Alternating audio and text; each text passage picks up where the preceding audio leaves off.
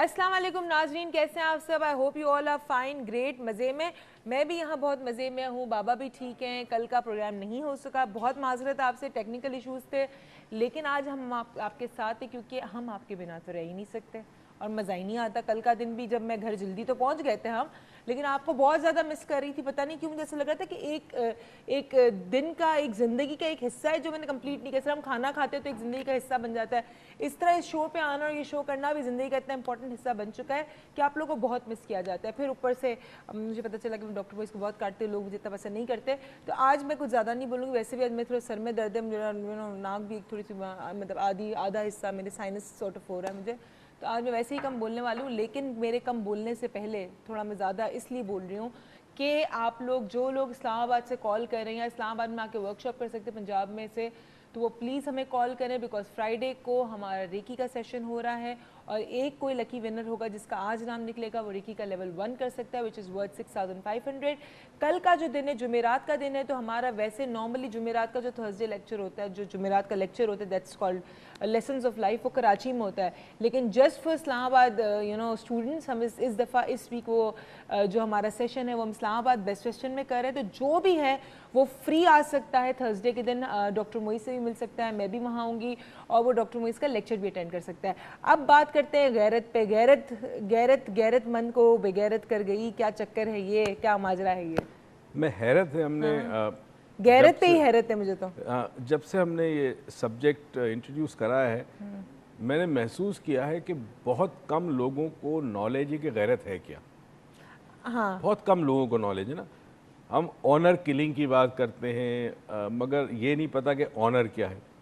تو میرے خیال میں کوشش ہونی چاہیے ہمارے اس پروگرام کے حوالے سے کہ ہم بہت سارے مسکنسیپشنز ہٹا دیں لوگوں کو، اور پتہ چلے کہ غیرت آتی کہاں سے، پیدا کیسے ہوتی ہے، بنتی کیسے ہے، اور غیرت کے اندر کیا کیا چیزیں آتی ہیں. کیا ہوتی ہے. ویسے مجھے لگتا ہے کسی بھی آنر کے اندر یا کسی بھی غیرت کے اندر، honour is a very honourable word I would say. بالکل صحیح. اور آنر جیسے ورڈ آنر جیسے ورڈز کے ورڈ کے ساتھ کلنگ کا لگنا اٹ ڈزنٹ سنکرونائز، سنک نہیں ہوتا یہ، اور ایک الائنمنٹ نہیں بنتی اس کی. تو مطلب ایک آنر کلنگ مطلب اٹ از سم تھنگ. اصل میں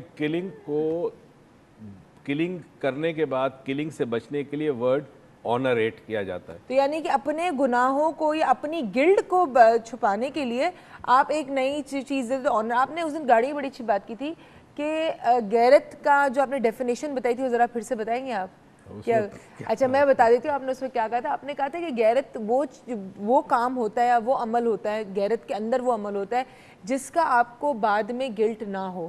وہ کوئی بھی عمل ایسا جس کے اندر آپ کا ضمیر آپ کو ملامت نہ کرے، وہ آپ کی بیسکلی غیرت ہوتی ہے. میں نے سٹارٹ میں آج ضمیر کی بات کی تھی نا، آج ہم اس کو لنک کریں گے. اور یہ تمہیں پتہ نا، یہ وہ نالج ہے جو کتابوں میں نہیں ہوتی، یہ تو آتی ہے نالج، تو ہم تو شیئر کر لیتے ہیں. اب کل ہم کیا بولیں گے ہو سکتا ہے آج سے زیادہ ڈیفرنٹ ہو. تو یہ دس از آل نا. اب ہم سمجھنے کی کوشش کرتے ہیں کہ غیرت کیا چیز ہے. اگر تھوڑا سا ہم ضمیر کو اسٹڈی کریں کہ ضمیر ہوتا کیا ہے. سبجیکٹ بہت بڑا ہے ناظرین، کور نہیں کر سکتے، ضمیر پہ کئی پروگرام ہو سکتے ہیں.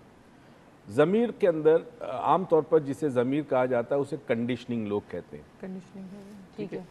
تو کنڈیشننگ میں ایک تو انسان کے اندر جو روح کے ساتھ پروردگار نے انسان کو اس کے بارے میں جو پہچان ڈالی ہے، اس کے ساتھ عہد جو پروردگار کا دیا تھا انسان نے، وہ تو اس کے ساتھ ہے.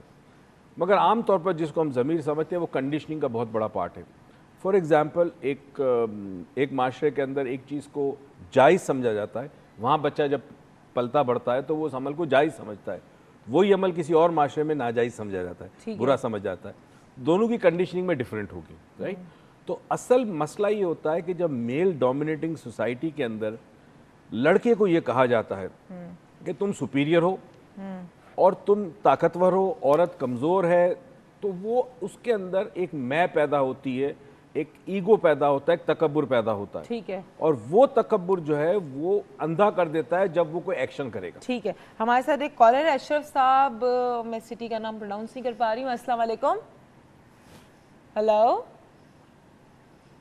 ہلو محمد اکرم صاحب ہمارے ساتھ گجرانوالہ سے. السلام علیکم.